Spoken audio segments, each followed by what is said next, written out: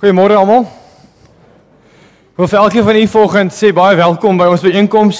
Dis vakansietyd. Skole is gesluit, rapporte is uitgedeel. Sommiges is seker bly en ander hartseer. Maar ons is dankbaar vir almal wat klaar is en dat dit uiteindelik rustyd is. As jy vanoggend vriende of familie saam met ons kuier, wil ek vir jou sê baie welkom hierso. Ek het ook gehoor dat Dominee Callie Opperman van Windhoek kuier ook vanoggend hier by ons. Baie welkom ook aan jou Callie. En ons nooi jou ook om saam met ons na die tyd lekker koffie en tee te kom drink, omdat dit vakansietyd is daar nie 'n spesifieke klein groep of wijk toegesê daar nie, so ons vra vrywilligers om asseblief met ons te help met die tee en koffie skink na die tyd, dit sal baie waardeer word. Ons het die gewoonte om elke Sondag vir iemand in ons gemeente 'n bos blomme te gee. Het gaan maar oor dat ons aan hulle dink en wanneer hulle deur 'n moeilike tyd gaan. Evert, ons wil dit vir jou gee weer vanoggend. Evert het die afgelope 2 maande deur 'n baie moeilike gesondheidstyd gegaan. Dit gaan wel beter. Evert, asseblief vat hierdie blomme en ons dink aan jou en ek hoop jy kan net volkome herstel. Dit sal eintlik wonderlik wees. Volgende naweek, die 19de, trou Annelie Bink met Emile Joubert. Dit is die dogter van Erik en Ansa Bink en die seun van Harding en Bev. Byvoorbeeld geluk ook aan julle en sterkte met hierdie laaste week se voorbereiding. Ons kollekte vandag, as ons hierso onder erediens is, gaan vir die diakonale kas en by die deure gaan dit vir die emeritaatsfonds. En dan vra ons maar net ook dat die diakens net na die tyd in die ou konsistorie bymekaar kom. Daar's 'n dringende saak wat hulle moet afhandel. En dan wil ons net hierdie ding ook vir u noem. Dit was in die blaadjie gewees die laaste tyd, u sal onthou. Ons het met nagmaal, die laaste nagmaal, het ons spesiale kollekte gehad en ek wil vir julle lees wat hier staan. Die diakonie maak met dankbaarheid bekend dat die opbrengs van die jaarlikse spesiale kollekte vir die diens van barmhartigheid op 22 November nie 90.133 is soos op 29 November bekend gemaak is nie, maar dat dit met latere elektroniese inbetalings gestyg het tot 109.633. Ons beker loop hoor en ons wil net vir die Here daaroor ook baie dankie sê. Andrie, skakel gou vir my oor asseblief. Sien nou ons is so bespoed met die afkondigings, ons maak dit sommer klaar. Dan hoef ons nie na die tyd nog te luister nie.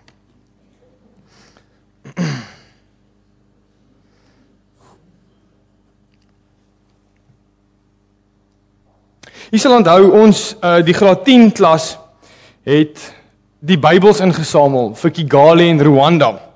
En Andre Jooste van Harvesters het vir my terugvoer gegee oor hoe dit gegaan het. Hulle het opgegaan en hulle het die nagenoeg 26.000 rand wat ingesamel is opgevat, net om in Kigali te kom en te hoor dat daar net 2 bokse Bybels beskikbaar is in die hele Kigali.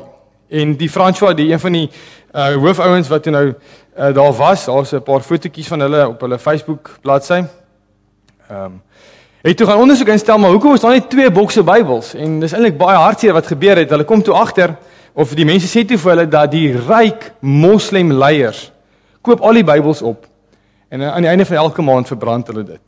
So dit maak dat daar 'n tekort is aan Bybels in Kigali. Nou ons geld wat ons ingesamel het, is nie verbrand nie. Daar was net 'n tekort gewees, so hulle sal nou weer bestel en weer opgaan om dit te gaan aflewer. Maar net bewys van hoe dit ons eintlik al hoe nader begin raak, nee.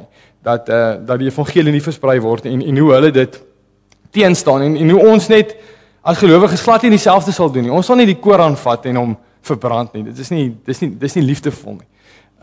Maar net sien hoe hard die vyand aan die werk is. Ons gaan vanoggend ook aan ons gebede daaraan dink.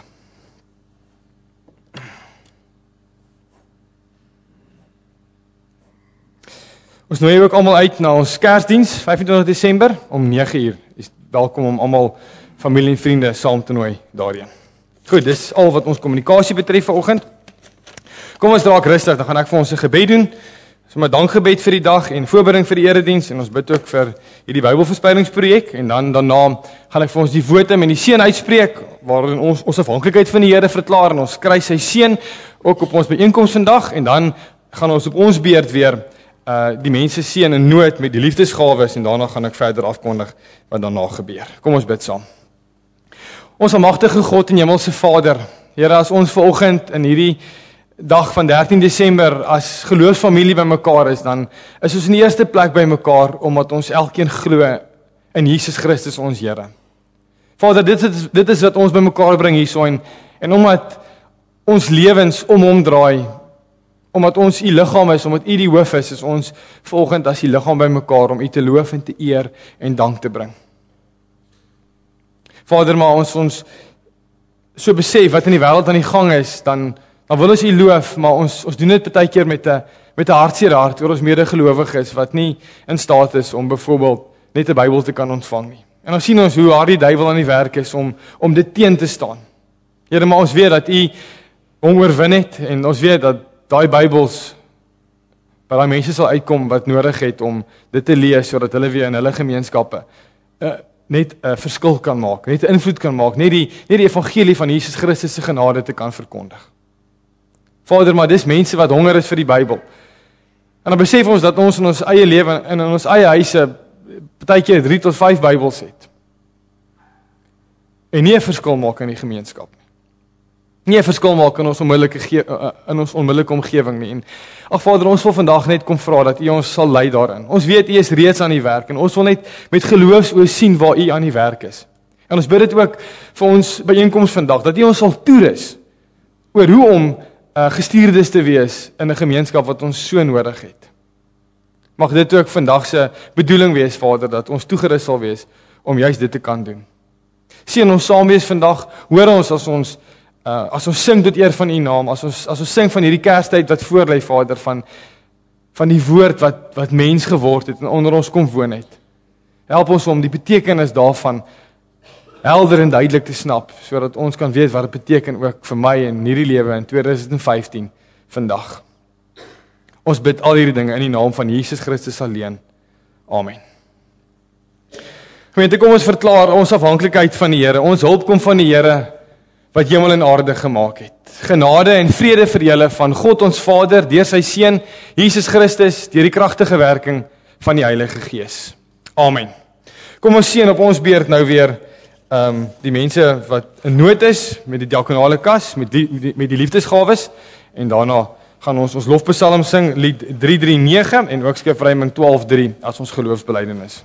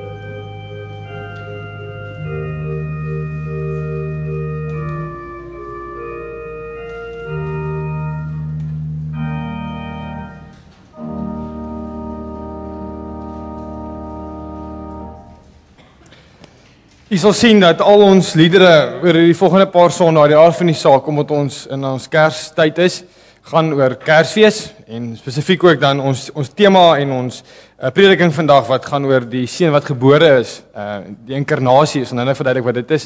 So al die liedere gaan daaroor. Kom ons sing lied 339 as 'n lofpsalm en direk daarna bly ons staan en ons sing Skrifryming 12:3 vers 1, 2 en 3 ons geloofsbelijdenis. En daarna kan ons gaan sit, gaan ons na die wil van die Here luister.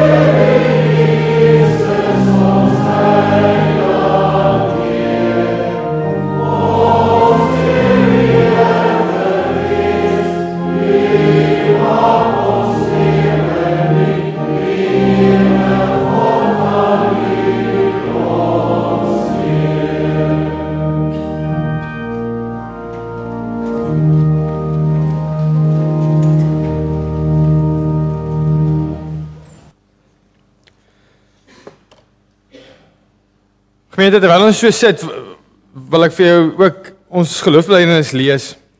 En jy kan jou haar die volgende woorde saam sê. En ek wil hê jy moet spesifiek kyk, ons sing het vandag, nee, ons gaan dit in die prediking aanraak. Dit is in die katekismes, nee, dit is in die Dordtse leer, al hierdie dinge leer ons van die geboorte van Jesus Christus. En ons bely dit ook, en jy kan jou hart hierdie volgende woorde saam sê. Ek glo in God die Vader, die Almagtige, die skepper van hemel en aarde. En in Jesus Christus, sy enige gebore seun, ons Here, wat ontvang is van die Heilige Gees, gebore uit die maagd Maria, wat gelei het onder Pontius Pilatus, gekruisig is, gesterf het en begrawe is, wat die angste van die hel tot in die dood toe ondergaan het. wat op die derde dag opgestaan het uit die dood, opgevaar het na die hemel en sit aan die regterhand van God, die almagtige Vader, waarvandaan hy sal kom om die lewendes en die dooies te oordeel. Ek glo in die Heilige Gees. Ek glo aan 'n heilige algemene Christelike kerk, die gemeenskap van die heiliges, die vergifnis van sondes, die opstanding van die liggaam en 'n ewige lewe. Amen. Net nog 'n bewys dat ons dit elke liewe Sondag bely, ook in ons geloofsbelijdenis. Gemeente, ons kom nou by die gedeelte waar ons stil raak voor die Here en ons verskeie maniere om ons verootmoedigingsdiens of ons klein word voor die Here te doen. En vanoggend, u ken die 10 gebooie, ons lees dit baie gereeld hier in ons gemeente, maar daar's in die Nuwe Testament staan daar, die eis van God is daar. Hy sê as ons in een opsig 'n gebod oortree, is dit so goed ons het die hele wet oortree. Jakobus 2 vers 10 en 11 sê vir ons, as iemand die hele wet onderhou, maar in een opsig struikel, is hy skuldig ten opsigte van al die gebooie. God wat gesê het, jy mag nie egbreek pleeg nie, het ook gesê, jy mag nie moord pleeg nie. As jy nou nie egbreek pleeg nie, maar wel moord, is jy tog 'n oortreder van die hele wet. Nou julle, dit is so, nee, in ons alledaagse lewe probeer ons bes om dit te doen. Nee, Paulus skryf op 'n tyd daar in die Bybel en sê hy, dit wat hy wil doen, dit doen hy nie, en dit wat hy nie wil doen nie, dit doen hy. Nee, so ek en jy ervaar daagliks hierdie spanning in ons, van ons wil volgens die wil van die Here leef, ons wil sy wil en sy woord gehoorsaam, maar ons kom agter maar ons bots bietjie hiermee. En dit bring ons by 'n skuldbesef. Dit bring ons dat ons sê maar, ons wil klein word voor die Here, nee, en ons besef dat ons werklik skuldig is en dat die sonde ons by tye gevang hou. Ons is verlos daarvan, maar dit is nog steeds aan die werk. Psalm 32 vers 2 tot 5 sê, dit gaan goed met die mens vir wie die Here die oortreding nie toereken nie, en in wie se gees daar geen valsheid is nie. Toe ek oor my sonde geswyg het my liggaam uitgeteer soos ek heeldag om hulp geroep het. U hand het dag en nag swaar op my gedruk. My krag het opgedroog soos water in somerhitte. So ons sien die gevolge daarvan as mens dit nie bely nie. Maar dan kom ons ook tot op 'n punt waar die Here ons oproep om te sê maar bely hierdie dinge en vra die Here om ons regtig te vergewe hiervan. Psalm 32. Toe het ek my sonde bely, my oortreding nie weggesteek nie. Ek het gesê, voor die Here bely ek my opstandigheid en U het my skuld vergewe. En hy het. En Jesus Christus het dit gedoen en ons sing gewoonlik Psalm 32 vers 1 en 2. Maar omdat ons in die Kerstyd is, sê lied 365 ons ook, vertel vir ons ook van Christus wat mens geword het en as verlosser gesterf het vir ons en opgestaan het. Kom ons sit so en sing ons daarvan.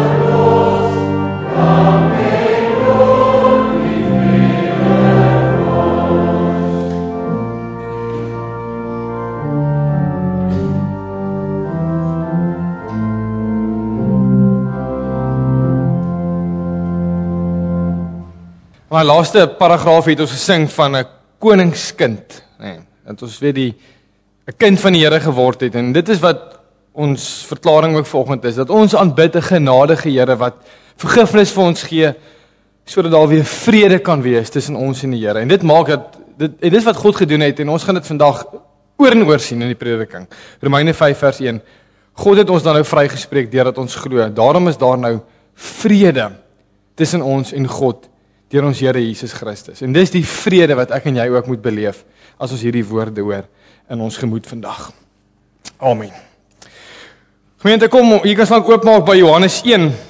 Dit is ons skriflesing vir vanoggend.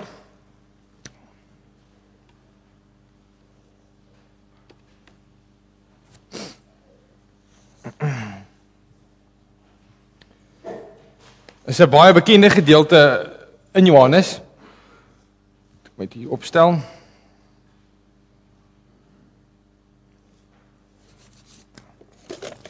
Nou gemeente, ek dink nie u is onbewus daarvan nie, maar winkels en advertensies se werk oor hierdie tyd is vir ons te sê, dis waar Kersfees gaan. Geskenke, kersliggies, carols by candlelight, mag jy oorloop, mag al jou drome waar word, 'n baie mensgerigte ding. Maar ons weet dat ons die kerk en die Here sê vir ons, en ons moet vir mekaar sê, maar waar gaan dit? Dit gaan oor God se grootste geskenk aan ons, Jesus Christus. Oor 12 dae van nou af is dit Kersfees. En ek weet, meeste gelowiges, wat hier sit vandag, weet, dit gaan oor Jesus se geboorte en dat God hom gestuur het na ons toe. Maar jy sien, God se grootste liefdesdaad het hy juist bewys die dag toe Christus gebore is. En kom ons kyk vandag en volgende week, wat is die betekenis van Christus se geboorte? Is baie meer as net, Jesus het mens geword, daar is klomp dinge aan verbonde, en ons gaan vandag daarna kyk. Daar is 7 dinge wat ek vir jou wil noem, oor wat is die betekenis daarvan, dat dit baie meer is, as net hierdie, wat ons vandag hoor. Nou die groot woord waarvan ons gaan praat, oor hierdie volgende 2 Sondae, dis die woord inkarnasie. Ek gaan nou presies verduidelik wat dit is, maar moet nou nie dink aan reïnkarnasie van die Hindoes of Boeddhisme nie. Dit is 'n teologiese woord wat ek nou vir jou gaan verduidelik. En ons gaan sien dat inkarnasie is 'n bewys van God se liefde. En ons teksvers vir hierdie 2 Sondae wat kom is Johannes 1 vers 14. Kom ons lees vanoggend Johannes 1 vers 1 tot vers 18. In die begin was die woord daar, en die woord was by God, en die woord was self God. Hy was reeds in die begin by God. Alles het deur hom tot stand gekom. Ja, nie 'n enkele ding wat bestaan het sonder hom tot stand gekom nie. In hom was daar lewe, en die lewe was die lig vir die mense. Die lig skyn in die duisternis kon dit nie uitdoof nie. Daar was 'n man wat deur God gestuur is. Sy naam was Johannes. Hy het gekom om te getuig. Hy moes getuig van die lig sodat almal deur hom tot geloof kon kom. Hy was self nie die lig nie, maar hy moes van die lig getuig.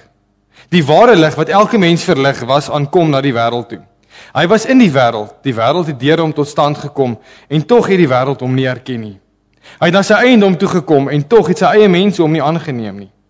Maar aan almal wat hom aangeneem het, die wat in hom glo, het hy die reg gegee om kinders van God te word. Hulle is dit nie van nature nie deur die drang van 'n mens of die besluit van 'n man nie, maar hulle is uit God gebore. Die woord het mens geword en onder ons kom woon. Ons het sy heerlikheid gesien, die heerlikheid wat hy as die enigste seun van die Vader het, vol genade en waarheid. Johannes getuig van hom en roep uit, dit is hy wat ek bedoel het, toe ek gesê het, hy wat na my kom is my voor, want hy was voor my reeds daar. Uit sy oorvloed het ons almal genade op genade ontvang. God het die wet deur Moses gegee, die genade en die waarheid het deur Jesus Christus gekom. Niemand het God ooit gesien nie. Sy enigste seun, self God, wat die naaste aan die Vader is, die het hom bekend gemaak. Kom ons sing, ons teksvers is daar beruiming van, skrifruiming 4:8. Kom ons sit net so en sing hom, ek het hom hier so by my op die bord. Die woord het vlees geword en onder ons kom woon. Dit is die gedeelte waarop ons gaan fokus vandag en volgende Sondag. Kom ons sing dit.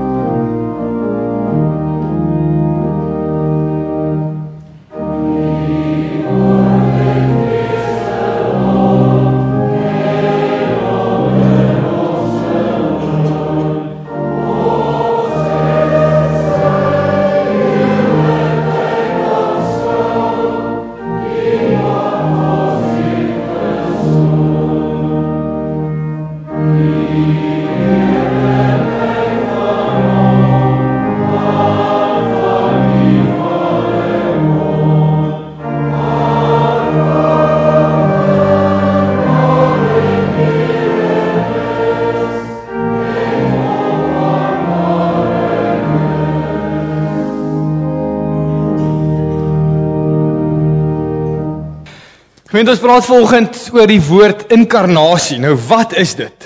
Nou inkarnasie is 'n woord wat slim teoloë gebruik om basies te sê die seun van God het menslike natuur aangeneem. Okay? Dit is die daad van menswording. Dit kom van die Latynse vertaling van die Bybel van Johannes 1 vers 14 wat ons nou vanoggend saam gelees het.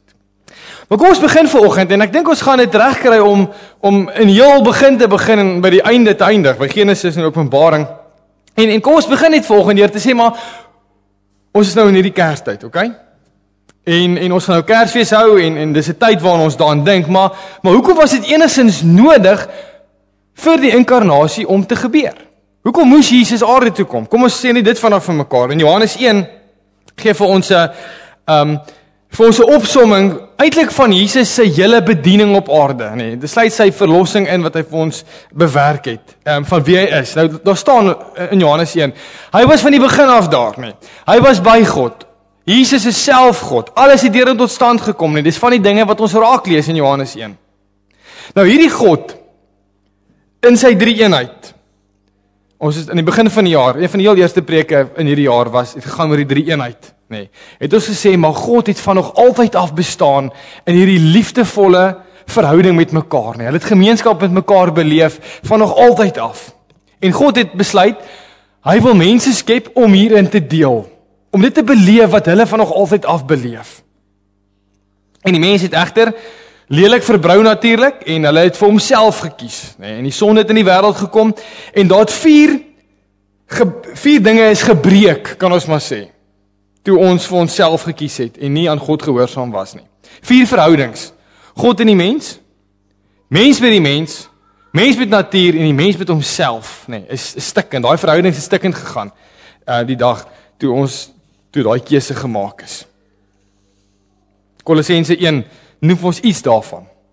Hy sê ook julle was voorheen ver van God af en vijandig gesind teenoor hom, soos blyk uit julle sondige lewenswyse. So God het hartseer na sy kinders gekyk en gesien, maar ons is stikkend, ons is ver van hom af. Hy het gesien hierdie 4 verhoudings wat stikkend is en hy het besluit om dit te herstel. Hy het besluit om homself as ek mag die woord gebruik, die hero te wees in sy eie verhaal. Om hierdie 4 verhoudings weer te kom herstel. En dit is hoekom die geboorte so groot gebeurtenis is. Want ek sien hierdie prentjie so mooi, nee, die mens wat gesondig het, ons is gebreek van God af en Christus het gekom. En juist al in Kersfees sien ons die kruis se gebeure wat daar gebeur het. En dis hoekom dit so groot gebeurte is en dis hoekom ons vandag en volgende week net na hierdie sin gaan kyk. Die woord het mens geword. Vandag kyk ons na die gedeelte in rooi, die woord het mens geword, volgende Sondag en onder ons kom woon. In my beplanning vir die volgende paar Sondae wat ek die woord verkondig, het ek iets anders in gedagte gehad vir volgende Sondag, maar toe ek begin werk met hierdie teks, kom ek agter hoe ryk dit is en hoe baie ek het om te sê oor en hoe baie die Here het om te sê oor en ons het dit opgedeel in 2. Want is net te veel. Hier lê so baie in opgesluit. Nou wat beteken dit? Die woord het mens geword. Kom ons kyk gou daarna. Ons kyk wat beteken dit en ons kyk wat beteken die feit dat Christus aarde toe gekom het en natuurlik sluit ons af met wat beteken dit vir my. Die woord het vlees geword of die woord het mens geword en onder ons kom woon. Nou in Johannes 1 maak dit baie duidelik dat die woord is Jesus Christus. Ons gaan nie daar uitbrei nie, dit is 'n feit, dit staan in die Bybel, ons het gesien, dit staan hier so in Johannes 1, dat die woord is Jesus Christus. Maar die woordjie geword het 'n baie spesiale betekenis vir ons in hierdie tyd wat vandag lewe, en ek dink is nodig om iets daaroor te sê. Ons is geneig om te dink, dat wanneer jy iets word, dan het jy dit wat jy was, afgesterf, of jy het dit agtergelaat, en jy word iets niets. Daar's 2 verskillende gedeeltes. Byvoorbeeld, ons sal sê, ons los die ou mens agter, verby, is nie meer nodig in my lewe nie, en ons trek die nuwe mens aan, ons word die nuwe mens. Maar hierdie woordjie geword, het 'n baie ryk simboliese betekenis, wat sê, dat Christus het nie net, want hy was God gewees, hy was die koning van die heelal, hy het nie dit agtergelaat nie, hy het dit net bygeword. Aan die ander woorde, God en mens. 'n nederige voorbeeld om dit te illustreer. Ek is getroud met Vicky, so ek was haar man. Maar die feit dat ek kinders bygekry het en nou ook 'n pa geword het, sê nie ek is nie meer Vicky se man nie. Ek is nog steeds Vicky se man, maar ook my kinders se pa. Ek het altyd daai rolle, altyd daai nature het ek aangeneem en God, en dis die mooi van hierdie woordjie geword wat gesê het, maar God het nie sy goddelikheid agtergelaat nie. Hy was God, mens geword, hy was nog steeds God, maar hy het ook mens geword nie. So ons praat van, sê ons hy was 100% God, 100% mens gewees. Ja, en dis wonderlike nuus vir my en vir jou. Want die feit dat Christus sê hy is 100% mens en 100% God, maak dat hy nooit maak dat hy nooit opgehou het wat hy was nie. En dit het baie groot implikasies vir my en vir jou. Dink bietjie daaraan. Dat die almagtige God wat net deur te praat, het die heelal ontstaan, wat nog van altyd af daar is. Hy het nie 'n begin nie, hy het nie 'n einde nie. Hy's alomteenwoordig nie. Hy, die koning van die heelal, het gekies om mens te word, soos ek en jy, sonder om sy goddelikheid prys te gee. En dis waar die woord Immanuel vandaan kom, God is met ons. Weet en hy was nie skaam om hierdie goddelikheid van hom ook weg te steek nie. Daar 'n gedeelte in die evangelies, dan vra die hoofpriester Kajafas vir hom, is jy die Christus, die seun van God? En ons weet, die seun van God en die drie eenheid is dieselfde ding. En dan antwoord hy, ja, ek is. Filippense 2 vers 6. Hy wat in die gestalte van God was, het sy bestaan op God gelyke wyse nie beskou as iets waaraan hy hom moes vasklem nie, maar hy het homself verneder deur die gestalte van 'n slaaf aan te neem en aan mense gelyk te word, Praat oor sy goddelikheid. Hierso praat hy oor sy menslikheid. Aangesien hierdie kinders mense van vlees en bloed is, het hy ook net soos hulle mens geword. Dit het hy gedoen om deur sy dood die een wat mag het oor die dood, dis die duiwel, te vernietig. So, God was 100% God, of Christus was 100% God, 100% mens.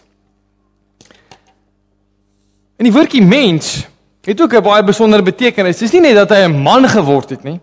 Hy het ons hele menslike natuur aangeneem. In ander woorde, hy moes slaap. Lukas 8. Hy het honger geword, soos ek en jy, Matteus 4. Hy het fisiese beskerming nodig gehad, Johannes 10. Hy het bang geword. Hy het gebloei. Hy het emosies gehad, soos ek en jy. Hy het vreugde beleef, Hy het kwaad geword. Hy het hartseer beleef, kwaad, ontsteld geword, Hy was 100% mens, het alles beleef wat ek en jy beleef het, elke dag. Maar hy was God. Goed, net oor hierdie sinnetjie. Maar wat is die betekenis hiervan? Daar's tog baie meer as net uit mens geword, Wat beteken die inkarnasie of hierdie menswording? Ek wil 7 dinge met jou vanoggend deurgaan, kortliks, net om te sê, kom ons staan net vir 'n oomblik terug vandag. Ons kyk na die tyd wat voor lê vir ons en ons sê, okay, dis wat dit beteken. Maar dit gaan jou, as jy 5 Desember weer kom sit en ons is familie en vriende by mekaar, dan gaan dit jou onder 'n dieper betekenis bring van wat dit eintlik beteken. En kom ons gaan daardeur. In die eerste plek het dit verrykende betekenis, want Christus het die volmaakte openbaring geword, sodat ons uiteindelik God se bedoeling met ons kan verstaan. Ek sê dit net daar neer. Hy het die volmaakte openbaring geword. Ons kan iets sien van God se plan met my en jou. Deur die inkarnasie het ons 'n baie definitiewe verstaan begin agterkom van wie God is. God het die gordyn oor homself gelig, want Christus is God. Een baie bekende teoloog en skrywer sê die volgende. Hy sê, we must again and again look into the human face of Jesus of Nazareth until the awesome knowledge comes over us, wave upon terrifying wave, that we are looking into the human face of the living God. So ons, as ons na Christus kyk en ons leer hom ken, dan leer ons God se hart ken. Dis die tweede ding wat ek vir jou wil doen, of wil sê vanoggend.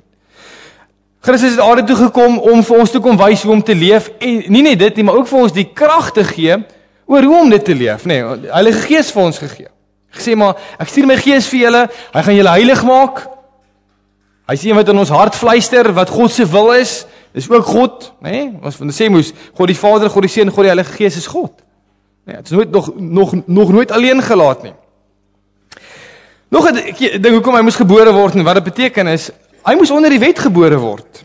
Nee, julle onthou in die Ou Testament, Israel baie wette gehad en deur dit te gehoorsaam kon hulle heilig wees en kon hulle dan in God se teenwoordigheid kom so nou en dan.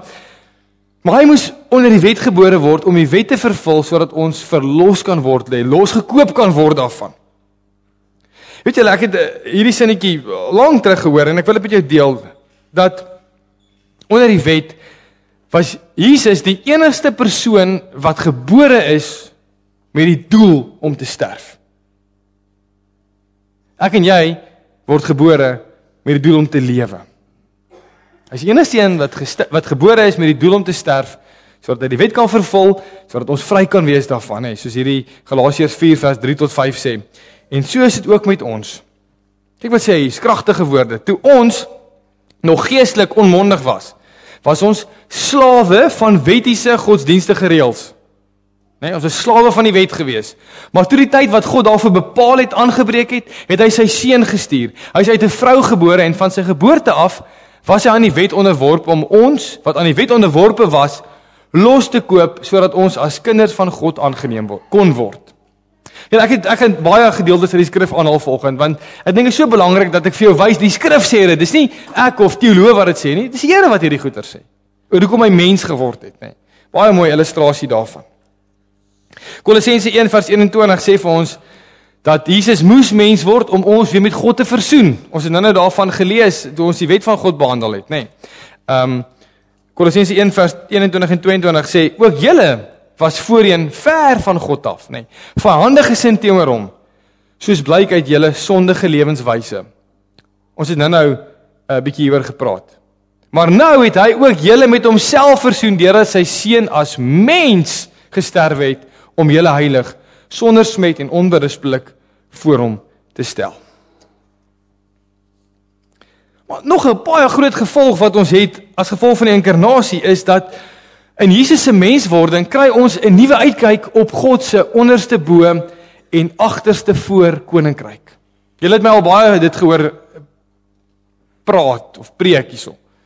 En dis die hele idee dat in hierdie wêreld is eerste en bo is die beste.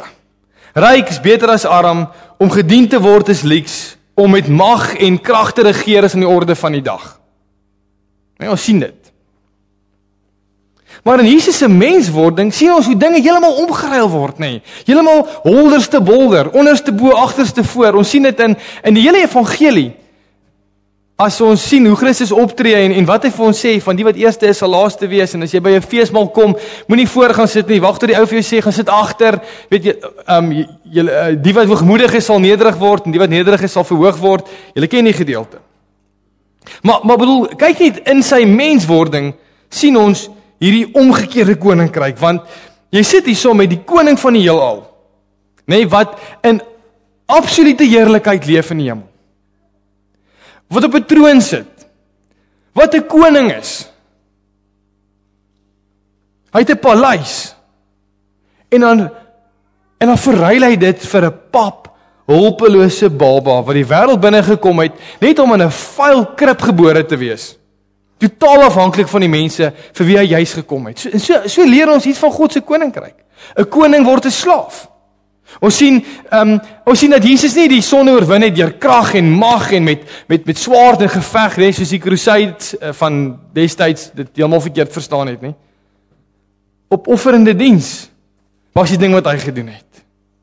Hy het juis gewen deurdat hy verloor het. Nee, so totaal anders as wat die wêreld vandag vir ons sê hoe die wêreld moet lyk, nee. En dit verander natuurlik my en jou verstaan van die koninkryk van God. Dit het 'n invloed oor hoe ek dan van nou af lewe, want dien is die nuwe verstaan van hoe ons met mekaar omgaan. Minder wees, nederig wees, dis die dinge wat uitstaan hier so uit die menslike uit die inkarnasie van Jesus Christus. Weet en as Jesus sê volg my, Matteus, nee, as hy in Johannes sê soos die Vader my gestuur het, stuur ek julle nou in die wêreld, en dan sit om hierdie inkarnasie ding te gaan leef. Hierdie onderste bo koninkryk moet nou jy sigbaar word in hierdie lewe waarin ons leef.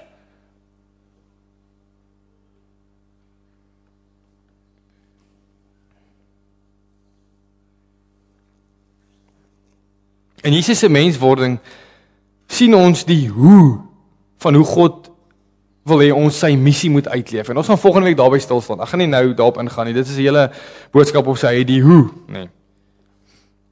En dis die laaste punt, nee. Jesus kom wys vir ons die hoe om God se missie uit te leef. En dat hy, ek gaan iets daarvan noem, dat hy naby gekom het, nee, dat hy teenwoordig was, nee, dat hy verkondig het. Ons gaan volgende week gaan ons hierdie goedjies aanraak as ons daarna kyk. Maar goed, wat beteken hierdie dinge? Dit is wat hy gedoen het. Dit is die betekenis daarvan, maar wat beteken dit vir my?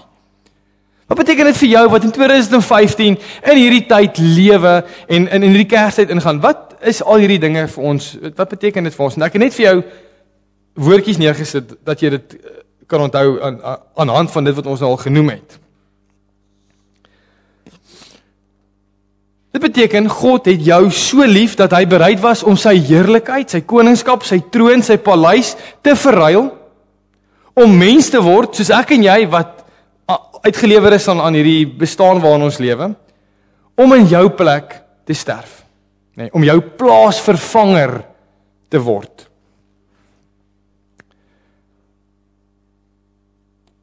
Ek is baie lief daarvoor om as mens rondkyk in die media en op films en so, om konnotasies te trek na die evangelie toe. En hierdie week het ek en my vrou gaan 'n film kyk by Ster-Kinekor en een van die advertensies was 'n Nando's advertensie. En ek weet nie of jy dit al gesien het nie, maar dit gaan oor hierdie vergewe my dat ek die storie vertel, maar dit is so relevant vir ons tyd waarin ons leef in Kersfees. Dit gaan oor hierdie kalkoen wat sien hoe die mense begin voorberei en resepte kyk oor hoe om kalkoengaar te maak op hierdie plaas en hy raak al hoe hartseerder en die Kersdag kom al hoe nader en dan kruip hy weg in die stoor en dan's daar 'n hoender wat net so sy verk so voor hom insteek en sê, toe maar ek sal in jou plek gaan.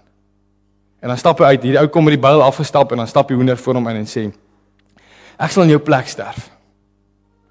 En dan sê dit good on the inside, good on the outside. Maar iets daarvan tel ons op ook in hierdie tyd van Christus, nee, wat sê maar ek is gebore eintlik om in jou plek aan 'n kruis staan. En dis liefde. Dit is hoekom die inkarnasie ons tema is, dit is 'n bewys van God se liefde vir my en vir jou. In jou plek. God het Jesus gestuur om gebore te word sodat hy moet sterwe. Dit beteken dat jy nou die lewe het. Nie net nou nie, maar ook in die ewige lewe. Ek wil dit net vir jou daar neersit. As mede-koninkryksburgers het ek nou baie uitgebrei op hierdie onderste bo, agterste voor wêreld waarin ons leef. Maar dis hoe ons 'n verskil maak, nee. Is ons snap dit en ons gaan leef dit nou. Jesus het mens geword om 33 jaar later, nee. Ons lees, dit is eintlik interessant, nee, hoe God, die koning van die heelal, gebore word. Ons lees van sy geboorte. Ons lees van hom op 12 jaar, so vinnig geskets van hom in die Bybel. En dan op 30 hoor ons eers weer van hom. Dat hy vir 30 jaar net onder die radar was. En net in die gemeenskap deel was van die mensdom. Ons gaan volgende week bietjie weer daarop ingaan. Hy het aan 'n kruis gehang om versoening te bewerk vir my en vir jou. En dit het weer eens gevolge. Wat dit beteken, jy's versoen met die Vader. Ons het dit so baie genoem vandag. Ek wil hê jy moet dit weet, want jy moet jou rus vind in dit. In die feit dat Christus gekom het om vir jou te sterf. Hy is onder die wet gebore, sodat jy vry kan wees, nee, jy het nie meer reëls en regulasies om te doen nie. Ek herinner jou aan die sodat en omdat reeks, nee. Ons doen nie meer goeie sodat ons gered kan word nie. Omdat ons gered is, doen ons nou dankbaarheid in ons lewe. Nee, dis die hele evangelie. En in Jesus het ons God se hart leer ken. Dit wat N.T. Wright gesê het aan nou, nee. Dat ons as ons in die gesig van Christus kyk, sien ons die lewende God raak en ons sien dit raak in die evangelies. En nou is ons verantwoordelikheid om God se hart op aarde te leef. Gemeente, ek smeek julle om hierdie Kersfees onder 'n nuwe verstaan te kom van wat Jesus se menswording beteken. Nee, dis groot. Dis die grootste liefdebewys wat daar nog ooit is, nee. En ek glo dat jy nou iets het om oor te dink in hierdie tyd wat kom. Dis baie meer as kersligte en kerspakkies en kersversierings en carols by candlelight. Dis God met ons en dis God by jou. En moet dit nie vergeet in hierdie tyd nie. Die evangelie is so eenvoudig. En kom ons verstaan dit ook net vanoggend net eenvoudig. Amen.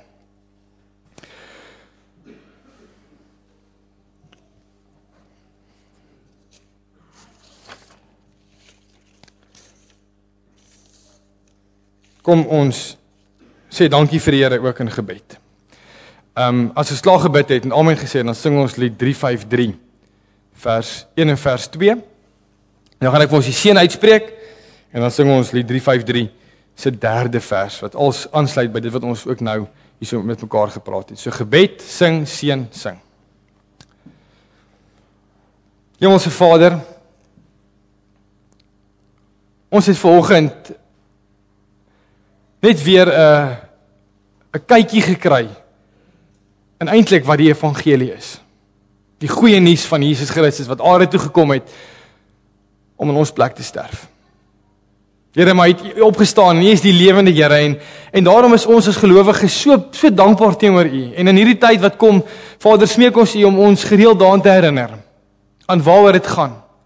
Maar nie net in hierdie tyd waarin ons leef of hierdie tyd wat kom en met Kersfees 25 Desember wat opkom nie, Vader, maar dat ons dit 'n daaglikse ding maak. Waarin ons onsself opnuut verbind aan hierdie lewende God wat bereid was om al U leksede. Vader, ons kan nie eers 'n idee kry van wat daai leksheid beteken waarin U leef nie. Want ons het nie idee wat die hemel beteken vir ons. Behalwe dat ons weet ons by U gaan wees nie en dat U beloftes maak wat ons nie kan snap vandag nie. So ons weet nie, Vader, hoe groot daai reiling was wat U gemaak het nie.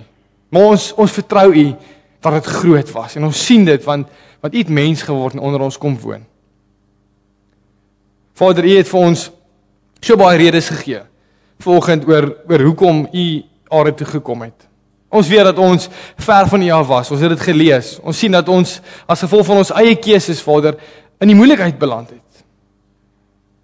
Maar U het gekom om ons te red en te verlos. En ons is deel van U, ons is kinders van U, ons is koningskinders, elkeen van ons, en mag ons dit nie vergeet in hierdie tyd nie. Vader, en omdat U ons tot 'n nuwe gemeenskap gemaak het ons 'n verantwoordelikheid teenoor mekaar. Mag ons in hierdie tyd ook altyd bly uitreik na die boeties en sissies van ons wat in nood verkeer, het sy deur siekte of deur alleenheid of wat deur vrees getakel word, wat ook al dit mag wees, Vader, mag ons altyd onthou ons het 'n verantwoordelikheid teenoor mekaar. Ons wil kom bid dat U ons sal seën ook in hierdie tyd as ons dalk weggaan. Vader, ons wil altyd veilig ry en ons wil vra dat U altyd op ons paai vooruit sal gaan. Nie net as ons op vakansie gaan nie, maar as ons werk toe gaan, as ons met ons kinders speel, as ons met ons vrou in 'n verhouding is, dat U altyd sal vooruit gaan en die pad vir ons gelyk maak. Want U sê dit vir ons, U sê U kom agter ons aan. U liefde is vir ons so groot en ons sien uit om te sien waar U werk, sodat ons nie daarbey kan aansluit. Vader, seën ons in hierdie week wat voorlê. Help ons om hierdie dinge te oordink, sodat ons volgende week weer terugkom om ook te kom verstaan wat dit beteken om onder mense te kom woon. Geef ons insig en wysheid in die opbou ook tot dan. Ons dankie vir U liefde, Vader. Ons kan nie meer vir U dankie sê nie en hoor dit ook as ons nou sing uit ons bors uit hoe dankbaar ons is teenoor U. Ons bid dit in die naam van Jesus Christus alleen. Amen.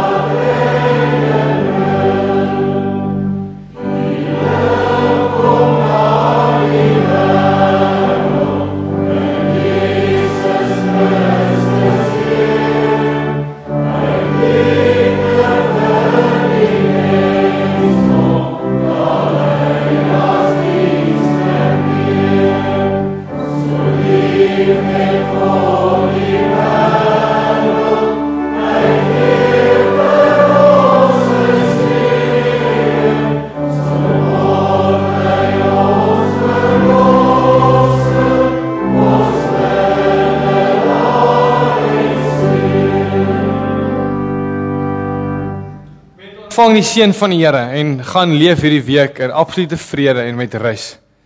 Die genade van ons Here Jesus, die liefde van God en die gemeenskap van die Heilige Gees sal met julle elkeen wees en bly. Amen.